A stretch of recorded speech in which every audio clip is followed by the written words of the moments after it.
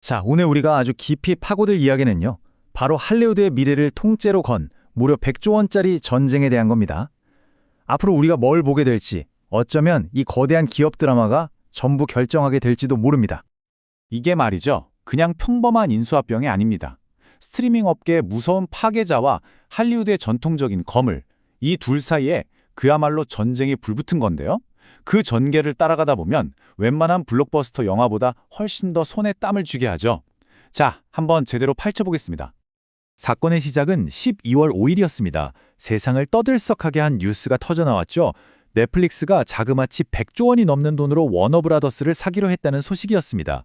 아, 이제 스트리밍 전쟁도 이걸로 끝나는구나. 다들 그렇게 생각했죠. 그런데 말입니다. 계약서에 잉크가 채 마르기도 전인 단 3일 만에 모두가 끝났다고 생각했던 이 파티에 초대받지 않은 손님이 난입해서 판을 완전히 뒤엎어버리는 일이 벌어집니다. 네, 바로 이 지점에서 모든 게 시작됩니다. 이건 단순한 돈 싸움, 그냥 기업 인수가 아니었어요. 할리우드, 아니 엔터테인먼트 산업의 미래, 그 영혼을 누가 차지하느냐를 건 그야말로 전면전의 서막이었습니다. 자, 그럼 두 회사가 내건 조건을 한번 보죠. 정말 흥미로운데요. 파라마운트가 넷플릭스보다 거의 200억 달러나 더 많은 1084억 달러를 불렀습니다. 근데 핵심은 액수가 아니에요. 바로 어떻게 제안했냐는 겁니다. 넷플릭스는 현금이랑 주식을 섞어서 제안했지만 파라마운트는 100% 현금으로, 그것도 워너 경영진을 완전히 무시하고 주주들한테 직접 쏜 거죠. 이건 뭐랄까, 경영진은 상대도 안 하겠다. 주주들 마음을 현금으로 바로 사로잡겠다. 이런 선전포고나 마찬가지였던 겁니다. 아니 근데 이런 생각이 드실 거예요. 워너 브라더스 하면 정말 할리우드의 상징 같은 곳인데 어떻게 이렇게 하루아침에 인수전쟁의 한복판에 먹잇감처럼 서게 된 걸까요? 그 배경을 알려면 시간을 좀 거슬러 올라가야 합니다. 보세요. 1927년 모두가 비웃던 말하는 영화에 회사의 명운을 걸어서 무성영화 시대를 끝내버렸죠. 재즈싱어, 바로 그 영화입니다. 99년에는요. 철학적인 쿵푸 영화라니 누가 투자했겠어요? 근데 매트릭스를 만들어내서 영화계를 뒤집어놨고요. 해리포터도 마찬가지입니다. 처음엔 그냥 애들 책이었어요. 근데 워너는 20년짜리 거대한 세계관을 본 거죠. 이게 바로 워너브러더스였습니다. 누구도 가지 않는 길을 가는 할리우드에서 가장 배짱 두둑한 스튜디오였죠.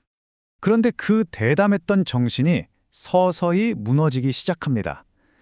외부에서 불어닥친 거대한 폭풍과 안에서부터 골마 터진 문제, 이 두 가지가 치명적인 조합으로 만나면서 제국은 뿌리째 흔들리기 시작했습니다.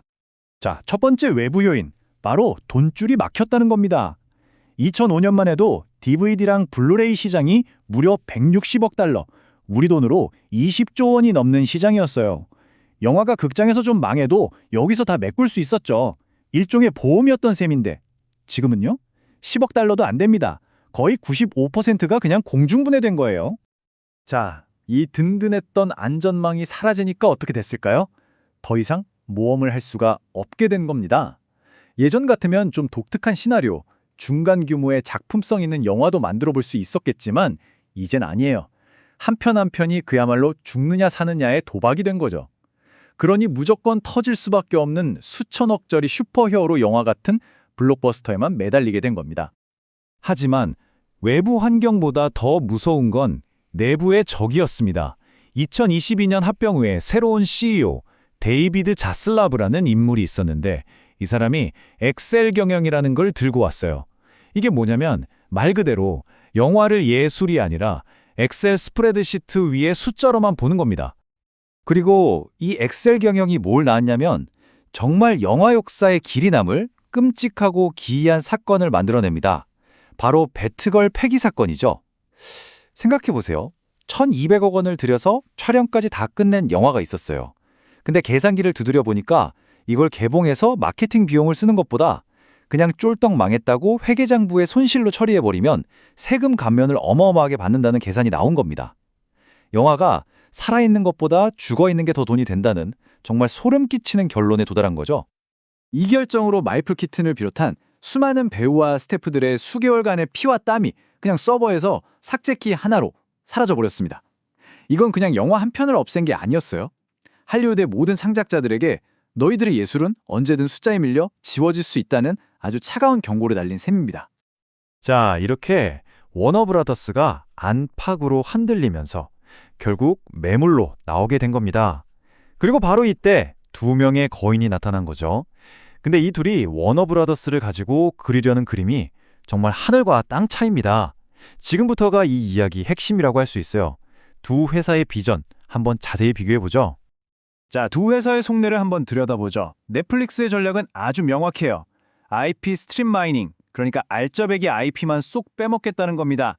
마치 정교한 외과 수술처럼 DC 코믹스, 왕좌의 게임 같은 HBO 콘텐츠, 해리포터, 이런 황금알을 낳는 거위들만 싹 가져와서 넷플릭스라는 거대한 용광로에 녹여버리겠다는 거죠. 나머지 오래된 케이블 채널이나 다른 사업부는 과감하게 버리거나 팔아치울 겁니다. 그들에게 워너는 콘텐츠를 공급하는 공장, 그 이상도 이하도 아닌 셈이에요. 반면에 파라마운트는 완전히 다릅니다. 이쪽은 제국 건설이에요.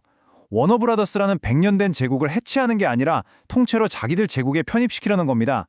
스튜디오, 극장 배급망, 케이블 하나 더 버리지 않고 그대로 가져가서 기존 파라마운트 제국과 합쳐 더 거대한 미디어 공룡을 만들겠다는 거죠. 전통적인 영화 산업의 가치를 아직 믿고 있는 훨씬 더 보수적이고 웅장한 계획이라고 할 수 있습니다. 자, 그럼 돈 더 많이 준 파라마운트가 이기는 거 아니야? 라고 생각하기 쉽죠. 하지만 그렇게 간단한 문제가 아닙니다. 이 거래가 성사되려면 정말 험난한, 그야말로 지뢰밭 같은 길을 건너야 하거든요. 첫째, 정치권의 입김입니다. 유력 정치인이 넷플릭스의 독주를 공개적으로 비판한 적이 있죠. 정치적인 변수가 언제든 터질 수 있다는 거고요. 둘째, 이게 가장 큰 산인데 바로 반독점 심사입니다.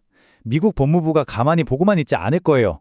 넷플릭스랑 워너가 합치면 시장의 30% 이상을 장악하게 되는데 이건 거의 독점 수준이라며 제동을 걸 가능성이 아주 높습니다. 그리고 마지막, 최종 보스죠. 바로 주주들입니다. 이사회가 넷플릭스를 좋아해도 주주들은 당장 주머니에 현금을 꽂아주는 파라마운트의 제안에 마음이 흔들릴 수밖에 없거든요. 그런데 넷플릭스는 이런 험난한 길을 예상하고도 정말 엄청난 도박수를 던집니다. 우리는 이 거래에 모든 걸 걸었다는 걸 보여주기 위한 어마어마하게 위험한 조항을 계약서에 하나 집어 넣은 거죠. 그게 뭐냐면 바로 65억 달러, 우리 돈으로 8조 원이 넘는 위약금 조항입니다. 이게 왜 무섭냐면요. 그냥 넷플릭스가 마음이 바뀌어서 깨는 경우만이 아니에요. 파라마운트한테 경쟁해서 져도, 심지어 정부가 반대해서 거래가 무산돼도 어떤 이유로든 이 거래가 실패하면 넷플릭스는 워너에 8조 원을 그냥 줘야 합니다. 정말 아무것도 얻지 못하고 돈만 날릴 수 있는 말 그대로 미친 도박이죠. 그리고 이 거대한 도박의 마지막 패가 공개될 날짜가 정해졌습니다. 모든 시선이 2026년 1월 8일로 향하고 있죠. 이날 워너브라더스의 주주들은 역사의 갈림길에서 최종 선택을 해야만 합니다. 자, 그럼 이 거인들의 싸움이 도대체 우리랑 무슨 상관이냐고요? 아주 직접적인 상관이 있습니다. 누가 이기느냐에 따라 여러분의 지갑 사정과 앞으로 볼 컨텐츠가 완전히 달라질 수 있거든요. 경쟁자가 줄어드니 구독료가 오르는 스트림플레이션은 거의 확실해 보이고요. 넷플릭스가 이긴다면 대작 영화들이 극장 개봉 없이 바로 스트리밍으로 직행하는 시대가 더 빨리 올 수도 있습니다. 그리고 배트걸처럼 비용 절감을 이유로 우리가 사랑했던 영화나 쇼가 어느 날 갑자기 사라져버리는 컨텐츠 숙창도 더 빈번해질 수 있겠죠. 결국 우리는 지금 한 시대가 저무는 것을 보고 있는 겁니다. 매트릭스나 해리포터에 과감히 베팅했던 그 낭만과 배짱의 옛 할리우드는 사실상 이미 죽었는지도 모릅니다. 이제 남은 질문은 누가 그 시신을 묻고 새로운 룰을 만들 것인가 하는 것뿐이죠. 그래서 마지막으로 여러분께 질문을 던지고 싶습니다. 모든 컨텐츠가 하나의 플랫폼으로 빨려 들어가는 효율적인 혁신의 미래, 여러분은 그 미래를 구독하시겠습니까? 아니면 조금은 불편하고 낡았을지라도 극장과 스튜디오라는 전통을 지키려는 미래를 지지하시겠습니까? 이 거대한 전쟁의 끝에 우리가 마주할 세상은 바로 우리의 선택에 달려 있을지도 모릅니다. 여러분의 생각은 어떠신가요?